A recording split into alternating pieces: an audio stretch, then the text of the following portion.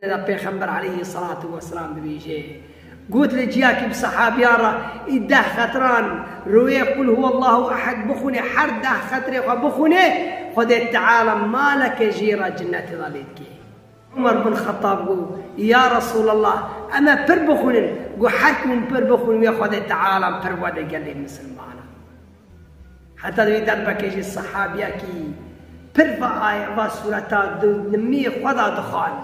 قل هو الله أحد دم دخان ركعت دخان وقت نمي دخان. والصحابيان شنو جنب پیغمبر عليه الصلاة والسلام قل يا رسول الله وحرك نمي تقول هو الله أحد بيرا دخونه حر نمي خدا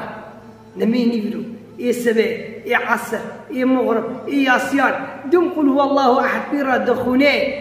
قل پیغمبر عليه الصلاة والسلام باني كر قلت تشرى في سورتي بردخوني قل يا رسول الله أشبر في سورتي حزدكم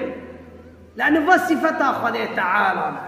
وصورة الإخلاص إنه كسي سيرتنا غيري خذي تعالى بني كسي ما قال غيري بني خذي تعالى أشبر في سورتي حزدكم يا رسول الله.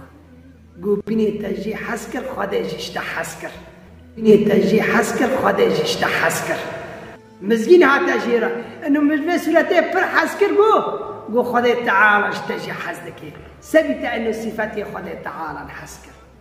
فيا ربي ام صفتي تحسدك ام نبي تحسدك وكسمتنا غيري يا رب